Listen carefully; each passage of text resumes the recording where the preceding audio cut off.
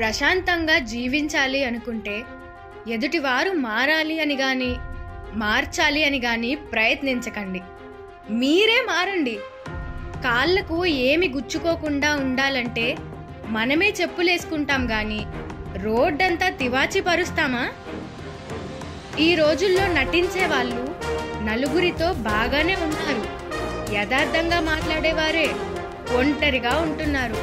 అందుకే అన్నారు, యథార్థవాది లోక విరోధి. ఎక్కువగా ఎవరిని నమ్మకు, మోసపోతావు.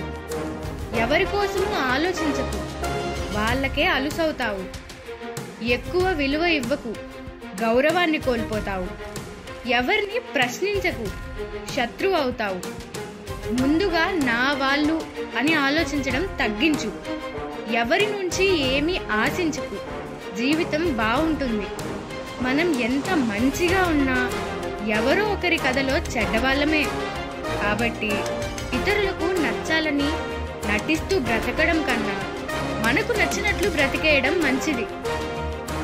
మనసులో విషం పెట్టుకొని బయటికి నవ్వుతూ మాట్లాడేవాళ్ళు దయచేసి నా జోలికి రాకండి. ఎందుకంటే మీలాగా నక్క తెలివితేటలు నాకు లేవు. అందుకే మిమ్మల్ని ఎదుర్కొనే శక్తి కూడా నాకు లేదు అంటున్నా. అరవని కుక్కలు ఉండవు, విమర్శించని నోరు ఉండదు. ఈ రెండూ లేని ఊరే ఉండదు. మన పని మనం చేసుకుంటూ పోవడమే. అర్థమైందా రాజా? చేసిన మంచిని మర్చిపోయి మన తప్పులని చూపించే సమాజం ఇది. జాగ్రత్త మిత్రమా. వెంట ఉంటూనే వెన్నుపోటుని పరిచయం చేస్తారు.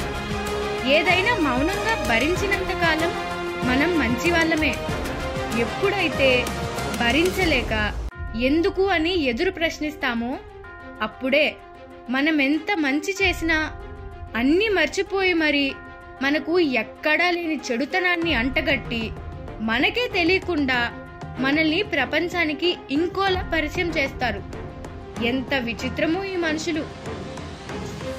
నా వాళ్ళు అని ఆరాటపడకు. వాళ్ళ వల్ల నీకు మిగిలేది శూన్యమే. నువ్వు ఎంత మంచిగా ఉన్నా ఎదుటివాడికి చెడుగానే ఉంటావు. నీ జీవితం విలువ నువ్వు తెలుసుకో. ఒకరి కోసం అస్సలాగకు. నీ భవిష్యత్తు చిక్కుల్లో పడుతుంది. అబద్ధం చెప్పేవారు 1,00,000 చెప్తారు. ఎందుకంటే వారి దగ్గర 1,00,000 కథలు సిద్ధంగా ఉంటాయి. నిజం చెప్పేవారు ఒక్క విషయమే పదే పదే చెప్తారు.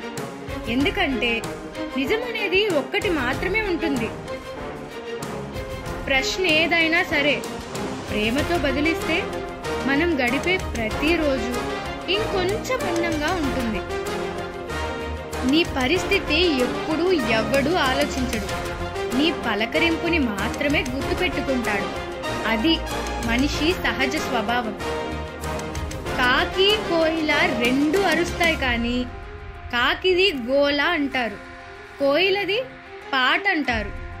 ఆలోచించు. ఎందుకో బదులిచ్చే విధానంతోనే సగం ప్రపంచాన్ని గెలిచేయొచ్చు. సింహం ఎప్పుడు సింహాసనం కోసం పాకులాడదు. అది ఎక్కడ కూర్చుంటే అదే సింహంకి సింహాసనం అవుతుంది. అలాగే నీతిమంతులకు గుంపులో పనుండదు. వారు ఎక్కడ ఉన్నా వన్నె తగ్గదు. ఒకరికి అన్యాయం చేసి బ్రతికే బ్రతుకులు ఇప్పుడు సుఖంగా సంతోషంగా ఉండొచ్చు. కానీ ఒకటి గుర్తుపెట్టుకోండి, కాలం ఎప్పుడూ ఒకేలా ఉండదు.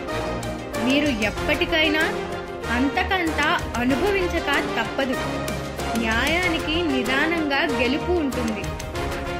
మనం బాధపడితే ఓదార్చే వాళ్ళు కొందరు, మనం ఎప్పుడూ బాధపడతామో అని ఎదురు చూసే వాళ్ళు మరికొందరు. మనతో ఏ బంధం లేకపోయినా మన ఆనందాన్ని తమ ఆనందంగా భావించే వాళ్ళు 100కో 1,00,000కో ఒక్కరే ఉంటారు.